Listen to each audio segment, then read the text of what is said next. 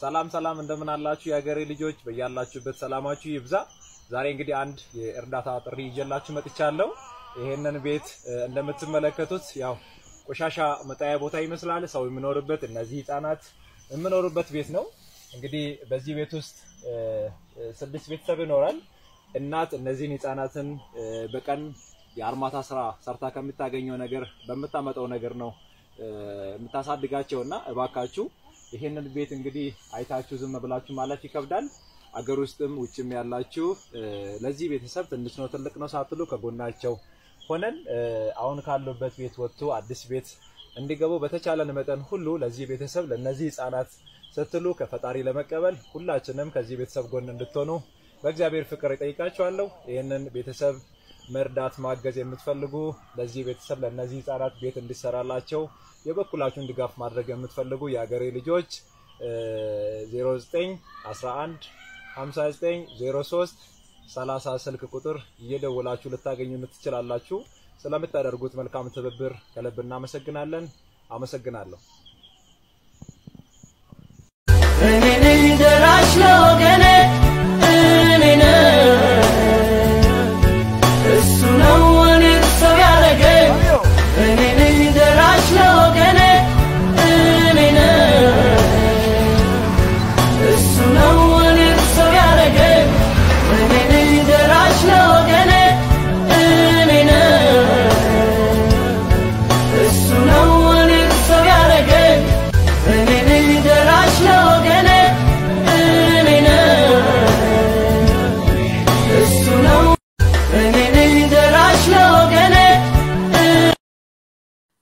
video kana laale dhugaan isiniin jedha wanti keessa kootti akka marfeetti na waraane wayi jira baay'ee nama zansiisa video kana yeroo laaltan baay'ee nama gaddisiisa dhugaan isiniin jedha beeku ani garuu biyyi lafa boodatti akka deemaa maalitti akka deemaa jirtu banagaraachin la'amani dubartiin kun yookiin haati kun ijoollee 4 qabdi oman qabdu garu gin ilmoot kennu salaalami mali akka ta'e amami soori sabban makina abban birri abban lafa abban warqi sharchi deemtanii yeroo laaltan lafa gangalata mar'imaani daa'ima sila dhabe ilmoo sila dhabe chuudha birri qaba qabeenya qaba waan hundumaa qaba bakka waan isa ga'u gin ilmoon qaba ilame isa barbaadu dhoowwate isa fedhu dhoowwate isa babirri dhoowwate isa baawarqii isa ijoollee yoo dhalatti haala gaariin guddattu uffattee nyaattee guddattu dhoowwate iddoo bultu kan hin qabne ganna barana akkamitti baatimee dubartiin kun yeroo laaltan ijoollee 4 keessaa ishii guddoo sanatu heegaa oola kana bara ammame haati mana hin jirtu mucaan tasa dhaqee viidiyoo waraabe mucaa ishii keessaa dubara guddoo sanatu ijoollee kana arfan ishiin walumaa galatti arfan kun ishiitu eegaa oola jechuudha ilaalame yeroo kana sila ishiin eegamaa tolti akka ijoollee magaalatti akka warra birrii qabu sanatti ilaala dhugaa waaqayyoon isiniin jedha bakka lafa cirri jedhe keessa oolu garuu jiraachaa jiru laalme nama 4 amma abbaan birriitu abbaan qabeenyaatu ijoollee 4 godhatame waan itti maal goonu amni akkamitti akka jiran otoo uffatanu otoo nyaatanu otoo hidhatanu garuu kana laalame armaata hojjettee jiraatti iddoo dhakaa baatan iddoo waan ta'e yaani hojjettee fidde ijoollee kana jiraachisaa jirti otoo akkatti qaa keessa bulanu otoo wanti uffatan hin jirre otoo wanti nyaatan hin jirre garuu waaqayyo akkamitti akka jiraachisaa jiru laalame itti kennuun saasiniin garramu garuu nama 4 daa'ima 4 ol fuudhe warra mee barbaadan warra daadden deeman warra wanti nyaachif waan itti no baafnuun qabna jedhe garuu dhabee jira hojiin waaqaa kun mee baay'ee dinqiidhaan na dinqa ana ma waa'ee gargaarsa ramma tomtuun gargaarre jiraatte namni sin gargaarin yoo gargaareersi keessi laphee namaa tuqame nama gargaaruun gaariidha gargaara namni gargaaru fedhe qabdan garuu kaleessa yoona waggaa 6 7 jechuudha amma mucaa ishiin dubaraa waggaa 5 yookiin 7 yoo taate waggaamma kanaa waaqayyo jiraachise malee namaa miti ciccitaa sana keessatti otoo ati biraan oolle ijoolleen arfan kun oolu laalame fuulanni guutu daa'ima koo jettee foolii isaaniitti kennaan ooltu galgalatti galti malee gin jiraachisaa jira waaqayyoon.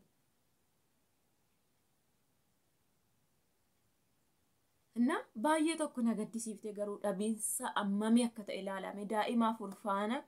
har'a mana jijjigaa kana keessa har'a homaa kan hin jirre kana keessa wanti ol jedhanii kana nyaanna jedhan iddoo hin jirre keessatti baay'ee nama zansiisa dhugaan isiniin jedha daa'imni shootoo kana keessan bineensi wayii gulufee dhufee fudhateeyo waaqatu eegumsa godheef malee otoo immoo tokko ishii waan taate fuutee liqimsite amma fakkeenya ishiin sunuyyuu nama namnee guturee gin eegaa oolti ishiitu eegaa oolu amma haati mana hin jirtu yeroo gurbaan kun viidiyoo waraabu ijoollee qofa jira otoo waan ta'e fuudhanii liqimsanii qokkiitti rakkateeyo maal godhu lafa safarri ollaan jiru miti lafa iddoo namni itti nama eeguu miti.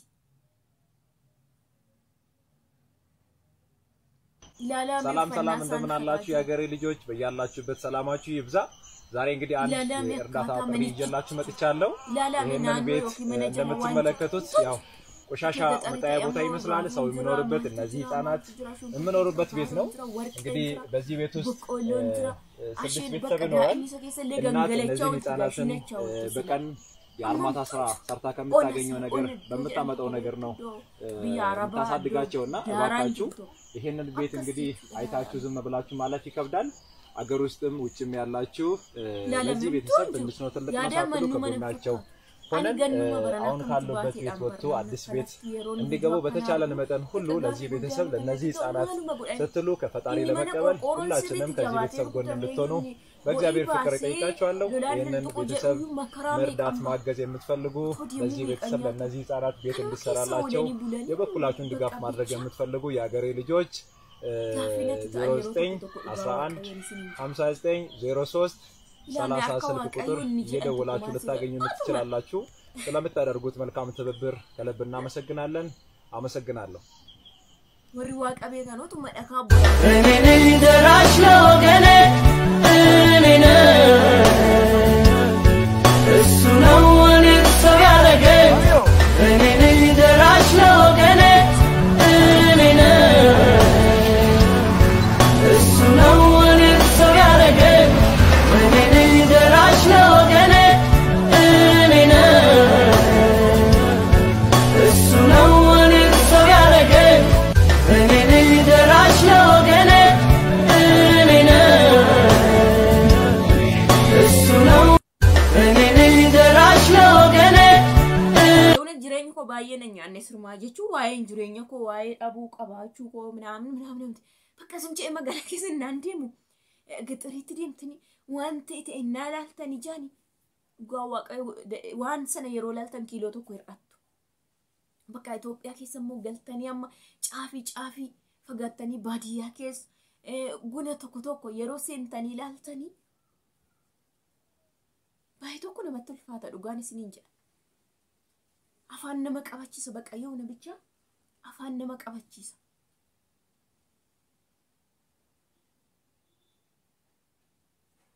kan kana gadi mi gira kan nama jedhe nama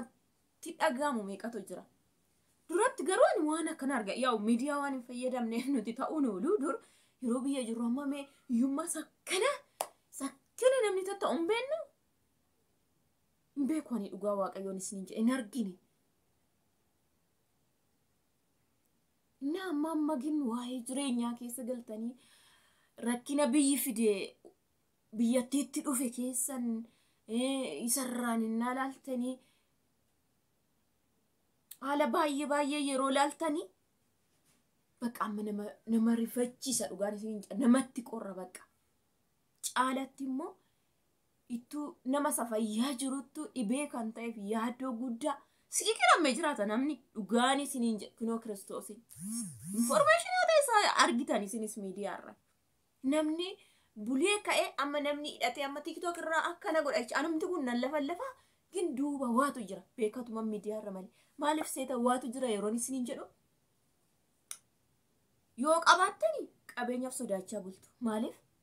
seerichi arruma ka'ee gisin galabbata miillan isin dhaaba kan fedhe sarruma ka'ee yoo isinirraa fudhe yoo isinirraa gube yoo isinirraa balleesse lubbuu keessa noo deemtu waatti isinii gaafatamu jiru ragaa yoo qabaattan abadan namni isinii fudhatee dhugaa fakkeesse isinii fudhatee iddoo dhugaatti mul'atu jiru bakka yaaddoo hojii hojjechaa jiraattan suuqii wayii qabaattan hojii wayii uummattanii yoo jiraattan dhuftanii mana keessa irraaftan achi keessa jireenyi keessan maaliif zabanyaan waanuma ta'e godhanii zara yoo kasaafte seerichi bakka isa dhugaa irratti si murteessu kasa durii miti isa dhugaa miti bar isa kallattii miti hin bar inni uffata deemuun baay'ee shakkee baay'ee sodaasa hamaa keessa jiraan bar inni caalaan immoo rakkina facaase dhugaan isiniin jedha rakkina isa biyya keessa jiru lola isa biyya keessa jiru tasgabbisa dhabsiise siruma shawaa amma fakkeenya Finfinnee irraa ka'a Adaamaa Walisoo Shamma Jimma ga'utti wanci maal giinci kana jedha akkana isaan naannoo kana jedha malee dhugaa waaqayyo Arsii Booranaa yaani achumaanii Somaaliyaadhaan asiin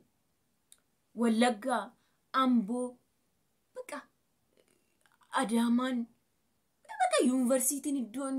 tokko bakka nama biyyi iddoon tokko kan dhume bar kan cafame bar kan fixate bar ilaalaa jirtu karaa Arsii kana fayyisuma sila waan godhataa jiran bakka namni hongeedhaan utoo qabu lola isa buqqa'uu baranarra namni waan nyaatee bulu ta'uun madaabara asirratti baatu midhaan qicatanii ishiidhame yookiin tokko hatan immoo xaawwadanii kottee yoodhaan midhaan sana faana kufee badaa jechuudha too sangaa qabu too horii qabu too sa'a qabu too midhaan qabu too hoolota qabu too waan meeqa qabu ish boru deebi'ee waan sanan argatu irraa baqate deemime har'a 100 yoo 500 yeroo buqqa'u dhaqee nama 500 itti mee boqataa jechuun hirkata inni sunis hin baasa malee galii qabu Itoophiyaa keessatti 500 sila harka duwwaa 500 itti dhaqee yoo hirkate inni sunis immoo hin baasa ammuma isaanii laata irraa kennu inni garaa laafe ammuma isaanii uffata baasee kennu ammuma isaanii waan ta'e mana barumsaallee gargaarsa hin cufu kan isaa sirrachaa deema maaliif waan hojjettee argattus immoo hin jiru biyya keessa achiis hin buqqaa akkasumatti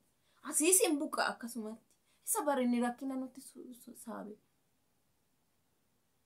isuma kalee qabu sana tarraa hiyyeessa ta'e daandirra taa'ee boo akka maal godharee inni lubbuudha inaaf inni kaayyaadaachuu tafe nagaa qaba lammame nagaa qaba kan jedhamu amma fakkeenyaaf Finfinneedha gara kana gara Walisoo keenyaa kana amma Jimma ga'utti lolli hin jiru naan isin hin jedhu inni buqqisanii kaasan hin jiru inni buqqa'ee iddoodha madaabara uffataaf daa'ima bichaa fuudhee deemu hin jiru kana keessa lama fakkeenya naannoo Adaamaa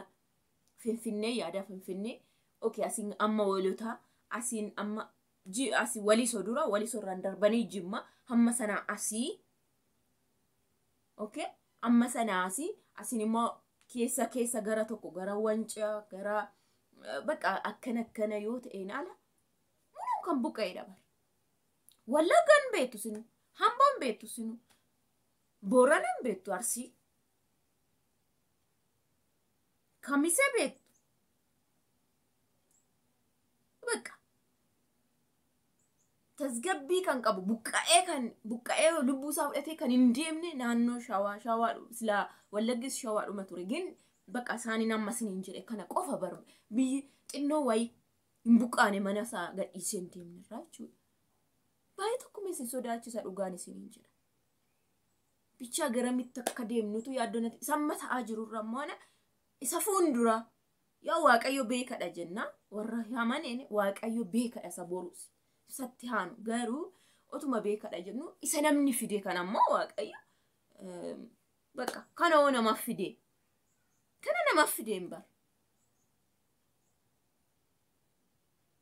isanni xiyyiti qabu qeerraa cagadee baasee inni kan immoo buqqa'ee too qabu beela'ee boo'u harki Waaqayyo keessa hin jiru yaani beekadhanni isa miidhameef isa miidhu argaa jira murtoonsaa qassi jedheeti akka namaa hin ariifatu garuu Bakka waa'ee kanaa miti waaqni kan hojjetu waaqni beekas kan jennu garuu isa kanaa miti hin bara. Ofiifinnee ofii nama ajjeesne ofii namaan lolleetu waaqni beekan jedhamu kan ofitti lola kaasee namni ofii wal fixee waaqayyo beeka ni jedhamu amma kanaa miti ani isatti hin amanu. Otoo abaarsa wayii ta'e fakkeenya akka dhibee koronaa sana ta'e waaqayyo beeka dhaasa baruus waaqa beeka isa daqiiqaa dhufus waaqayyo beeka jettu. Maaliif isaaf fide waan namni hin goone isarraan hadda waan ta'eef tarii harka waaqayyo haa ta'u tarii harka seexanaas haa ta'u tarii harka waan fedhe haa ta'u garuu waaqayyo beekadha isarratti maaliif wanta namni keessaa hin qabnedha. Balleessus waan sana balleessus hin danda'u hin finnes waan ta'eef jechuudha. Isanni waaqayyo beekadha jettu. Otuma dhibeen sun jiru si baraaruu danda'a fakkeenya maaliif bakka waan ta'een umni isaa waan hunduma danda'aadha waan ta'eef kan jiru. Malee isaa ofii inni dullaa qabu rukuchuu danda'a rukutee tajjeessa inni tokko hin du'a isa kana waaqayyo maalitti beekare garuu murtoonsaa murtoo hin beeka hin qabas hin ariifa tokko namaa malee. Kanaaf waa'ee daa'ima kanarratti warri garaa laaftan waaqayyo karaattiin garaa nama laaffisee nama baasu hin beekamu. Warri gargaaruu feetan immoo asumaanis lakkoofsa mucichi sheer godhee waan ta'eef fudhachuu dandeessu. Gargaarsa birrii qofaa miti dhaqxanii yaadan nama kana bira teessanii haasofsiisuu dandeessu taphachiisuu dandeessu. Shaayii buna firmuzitti qabatanii dhaxxanii gara sana dhiyoo yoo ta'e lakkoofsa nama sanaa fudhattanii heeloo eessa naannoo kamii jettanii bakka kanumaan bar guyyaan inni borummaa guyyaa biraa fudhatee dhufu. Anarra nama kana arge yoo natti dhiyoo ta'e qabachiisuudha sammuusaa bashannansiisuudha. Bakka waan amma naa qabu turfis dhuguu danda'a namni biraa yoo dhufe inni qabu soo dhufe danfisuuf hin danda'amne shaayii koo qabadhee buna koo qabadhee biddeen tokko dachaafadhee qabadhee dheqee bira taa'ee kolfee beekaa taphachiisee yoon guyyaarraa akkasiin fureef isa boruus immoo waaqayyo karaattiin waan tokko shiidhaa furuun yookiin waan tokko furmaata fiduuf hin beekamu. Tokko immoo kan hiixatu dhufuuf danda'a. Yoo hiixate immoo waan tokko cufattiin mana daa'ima ishii bira oolti yookiin immoo daa'ima ishiitiif nyaata siraatan gooti aluma si oolte manuma sanallee kaasanii ijaaruu fi kana kaasaaf inni tokko immoo meeshaa mana keessaallee bitee kennuuf danda'a. Kanas kaasuuf danda'a guyyaa inni boruun niftaanii. Kanaaf waan dandeessaniin yoo sagalee mucaa dhaggeeffadhaati lakkoofsa fudhadhaa sheer godhaa. Isinis immoo karaa dandeessanii waan waaqayyo isin ajajeen waan waaqayyo namatti gargaaraa isiniin jedheen gargaaruu dandeessuun isiniin jedha. Dirqamaa miti garuu fedha waaqayyo fedha keessan akka waaqayyo laphee keessan tuqettiin isiniin jedha. Channel ko fi gamma wara warri taatan seenaa subscribe godha video na sitti tole like godha. Bye.